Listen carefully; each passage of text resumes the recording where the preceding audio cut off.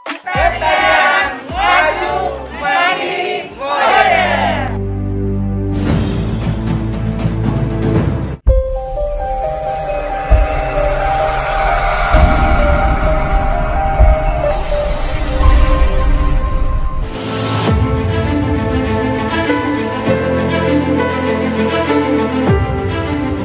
Maros, Sulawesi Selatan merupakan kabupaten yang makmur. Kabupaten Maros menyumbang sekitar 5% PDRB Provinsi Sulawesi Selatan. Pada tahun 2019, PDRB Kabupaten Maros mencapai 21,3 triliun rupiah. Sektor pertanian menyumbang 15% atau 3,2 triliun rupiah. Luas lahan sawah di Kabupaten Maros tercatat 26.000 hektar. 16% sudah IP 300 dan 67% sudah IP 200. Setiap tahun tak kurang 168.000 ton beras dihasilkan dari Kabupaten Maros dan dikirim ke Kota Makassar, Kabupaten Pangkep, Bone, dan Goa. Bahkan dikirim ke Provinsi Sulawesi Tengah, Sulawesi Barat, Gorontalo, Sulawesi Utara, hingga Maluku dan Papua. Nilai ekonomi yang dihasilkan dari 168.000 ton beras tidak kurang 1,9 triliun rupiah per tahun dari hasil panen 26.000 hektar. IP 200 dan produktivitas 6 ton GKP per hektar. Komoditas padi telah menjadi tumpuan 90% rakyat Maros atau 315.000 jiwa dalam 63.000 KK. Selain itu, dukungan on-farm budidaya padi sawah sudah sangat memadai. Jalan usaha tani sudah terbangun pada lahan pertanian sampai pelosok desa. Jaringan irigasi yang dibangun mencapai 82.969 meter untuk mengairi 22.640 hektar sawah dengan IP 200. Titik-titik sumber air tanah dangkal telah dilakukan pompanisasi. Kalau dulu ini Pak hanya satu kali. Yang adanya pompa seperti ini, yang masyarakat yang bisa Karesek, Kecamatan Timbang, bisa menjadi titik 300 yang murni pompanisasi.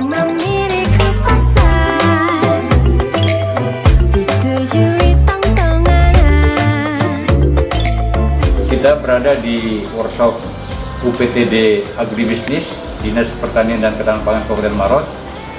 Di belakang saya ini adalah hand traktor dalam rangka untuk mendukung mekanisasi pertanian kita tahun ini.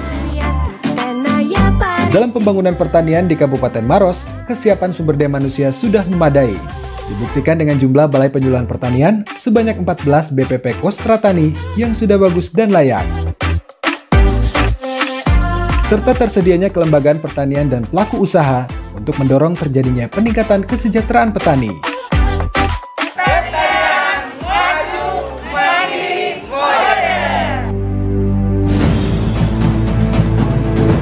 Berdasarkan instrumen untuk mengukur ketahanan pangan wilayah, Food Security and Vulnerability Atlas, menunjukkan bahwa semua kecamatan di Kabupaten Maros masuk kategori sangat tahan pangan. 3 aspek, yakni ketersediaan, keterjangkauan, dan pemanfaatan pangan, semua menunjukkan kinerja sangat memuaskan. Namun peningkatan daya saing dan nilai tambah belum sepenuhnya dapat dinikmati petani Maros. Belum ada kemandirian saprodi saat musim tanam tiba, petani yang tergabung dalam kelompok tani mendapatkan benih dan pupuk melalui berbagai cara. Ada yang mandiri, ada yang dibantu para pengijon, ada yang dibantu oleh petani mapan pemilik penggilingan, dan ada juga yang dapat kredit bank. Setelah panen, petani menjual hasil gabah kepada pedagang dan melunasi hutangnya. Gabah dari pedagang masuk penggilingan dan berasnya dijual ke pasar. Hal tersebut terjadi karena petani modalnya kecil, akses ke perbankan terbatas, jadi sering meminjam kepada tengkulak, hingga kecil nilai tambah yang diperoleh petani dan daya saing juga menjadi lemah. Jadi kalau ditanya kenapa hanya mampu 100, karena kapasitasnya cuma 100, iya. Atau modalnya hanya bisa 100. Kan saya itu mulai dari loba itu, kalau bapak bantu itu ngambil untung itu kalau pupuk itu kan 9.500, saya kasih pinjam itu 100.000 cuma 5.000. Karena petani itu kalau dibantu terlalu mahal, akhirnya tidak bayar. Karena mahal itu dikasihkan, kalau murah kita bayar. Tapi lancar ya? Lancar. Jika ada yang nggak berani, karena murah. Sebagai upaya meningkatkan kesejahteraan petani Maros melalui sinergi hulu hilir, Dinas Pertanian dan Ketahanan Pangan Kabupaten Maros bekerja sama dengan PKN tingkat 2 Angkatan 17 Kementerian Pertanian melakukan program visitasi kepemimpinan nasional bertemakan pembangunan pertanian berkelanjutan untuk mendukung daya saing produk pertanian. Program ini bertujuan menghasilkan rekomendasi kebijakan strategis pembangunan pertanian untuk meningkatkan kesejahteraan petani melalui kunjungan lapangan dan koordinasi lintas sektoral, baik fisik maupun melalui video conference.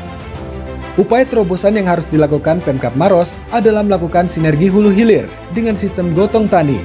Petani mapan sebagai pelaku utama dan pelaku usaha di Kabupaten Maros yang awalnya menggunakan modal pribadi untuk membantu permodalan para petani dijadikan mitra perbankan dalam menyalurkan KUR. Hingga skala penerima bantuan modal diperluas yang awalnya hanya 200 hektar menjadi lebih 600 hektar per gotong tani. Tidak ada lagi istilah ijon karena semua sudah diformalkan. Kerjasama pelaku usaha existing dengan pihak bank menjadi faktor kunci keberhasilan gotong tani. Pelaku usaha bisa berbentuk usaha penggilingan, BUMDes, UD, koperasi, CV, atau PT. Manajernya dipilih sebagai pelaku utama yang ditokohkan atau dihormati oleh petani setempat. Pemerintah Kabupaten Maros hadir memperkuat konsolidasi kapasitas dan kelembagaan bantuan.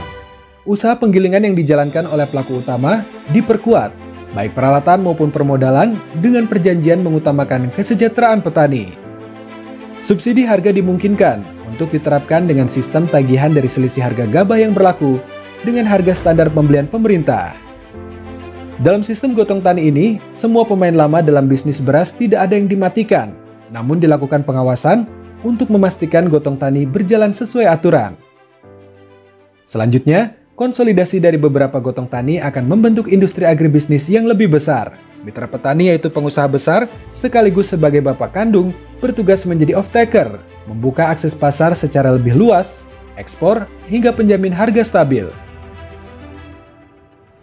Gotong tani bermakna ganda, yakni kerjasama petani secara harmonis dan kompak, dan go to the next generation petani berbasis on-farm off-farm akan mampu memberikan nilai tambah, memperkuat kelembagaan petani, meningkatnya posisi tawar petani, sehingga dapat meningkatkan pendapatan dan kesejahteraan petani. Gotong tani, upaya mewujudkan masyarakat bebas dari kelaparan dan kemiskinan, mewujudkan petani Kabupaten Maros, Sulawesi Selatan menjadi pelaku utama sekaligus sebagai pelaku usaha. Terkait usulan untuk membentuk korporasi di bidang pertanian, ketahanan pangan, kami secara pribadi sangat mendukung ide tersebut, dan saya pikir perlu dibuat dengan perencanaan yang matang, kemudian bagaimana mensosialisasikannya ke masyarakat sehingga ide tersebut bisa diwujudkan dan harus berkelanjutan. Ya, mudah-mudahan nantinya bisa dikelola seperti model yang dilakukan oleh swasta, ya, sehingga betul bisa menjangkau semua pihak untuk mewujudkan ide tersebut. Gotong tani merupakan jalan menuju petani sejahtera.